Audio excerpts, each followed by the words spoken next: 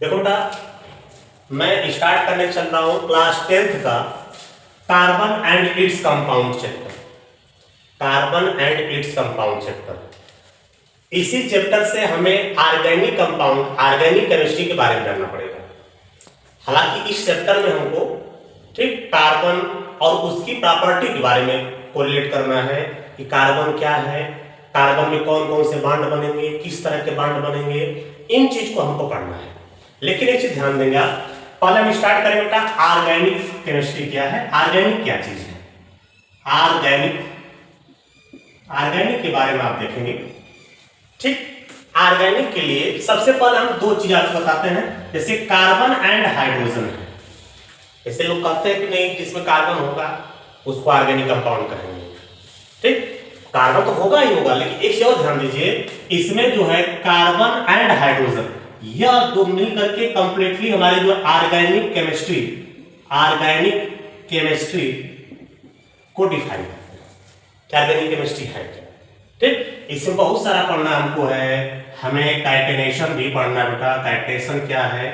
ठीक, अच्छा एक वर्ड और हमें मिल गया, कार्बन और हाइड्रोजन। ठीक, इन दोनों को मिला करके हमारा हाइड्रोकार्बन भी बनता है। हाइड्रोकार्बन क्या बनता है, हाइड्रोकार्बन बनेगा। कि हाइड्रोकार्बन है क्या, क्लियर। नाम से देख लो बेटा, हाइड्रो एंड कार्बन, हाइड्रोजन और कार्बन मींस सी कार्बन है, मतलब those compound made up from hydrogen and carbon. ऐसे कंपाउंड जो हाइड्रोजन और कार्बन से मिलकर बने हैं उसको हाइड्रोकार्बन कहते हैं। ठीक, और वही कंपाउंड ऑर्गेनिक कंपाउंड होते हैं। हाइड्रोकार्बन वाले ही कंपाउंड ऑर्गेनिक कंपाउंड होंगे। जैसे मैंने बोल दिया CH4 है, इसके बाद मैंने बोल दिया C2H6 C3H8, यह सब है, मतलब यह सब के सब हाइड्रोकार्बन है। इसमें आपका हाइड्रोजन और कार्बन, देखिए hydrogen carbon, hydrogen carbon, hydrogen carbon, इनसे मिलकर बना है। इसको ध्यान देंगे, हाइड्रोजन कार्बन से मिलकर बना है। इसका मतलब यह सब मिला करके हमारा क्या है, इसको बोल सकते हैं कि यह मेरा ऑर्गेनिक कंपाउंड है। यह क्या है, ऑर्गेनिक कंपाउंड है। क्या ऑर्गेनिक कंपाउंड है, हम ऐसे बोल सकते हैं। ठीक, लेकिन इसके अलावा और आते हैं, जैसे मैंने बोल दिया CH3Cl,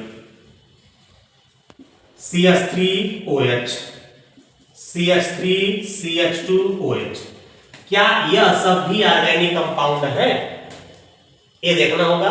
हाँ, एक मॉडिफाइड डिफिनेशन आया इसका, एक मॉडिफाई करके बताएंगे कि यह जो है हाइड्रोकार्बन के डेरिवेटिव्स कहलाते हैं। डेरिवेटिव्स, यह जो है देखिए, इसमें कार्बन हाइड्रोजन है, लेकिन इसके अलावा देखिए यह क्लोरीन आ गया, ऑक्सीजन आ गया, यहां ऑक्सीजन आ गया, ये क्लोरीन ऑक्सीजन यह हेटेरो एटम कहलाते हैं। ठीक, जब कंपाउंड में कार्बन और हाइड्रोजन के अलावा दूसरा कोई अदर एटम आ जाए उसको हम बोलते हैं वो हेटेरो एटम होता है। वो क्या है, हेटेरो एटम है। ठीक, तो इसका डिफाइन करना होगा कि सर ठीक है, आप कंप्लीटली ऑर्गेनिक केमिस्ट्री को डिफाइन कीजिए, ऑर्गेनिक केमिस्ट्री है क्या।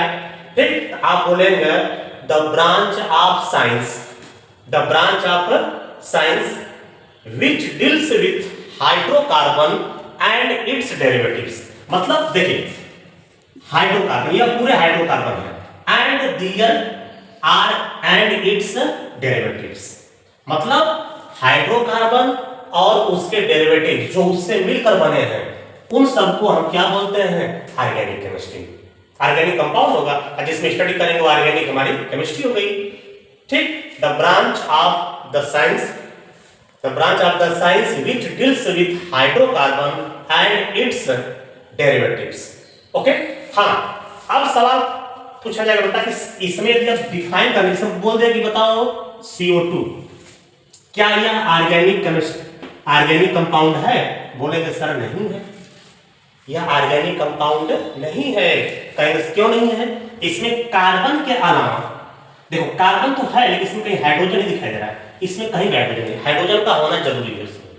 ठीक, जैसे इन सब में हेटेरो एटम है, क्लोरीन है, ऑक्सीजन है, सल्फर भी आ जाता है, लेकिन उनके अलावा कार्बन हाइड्रोजन लगा रहता है।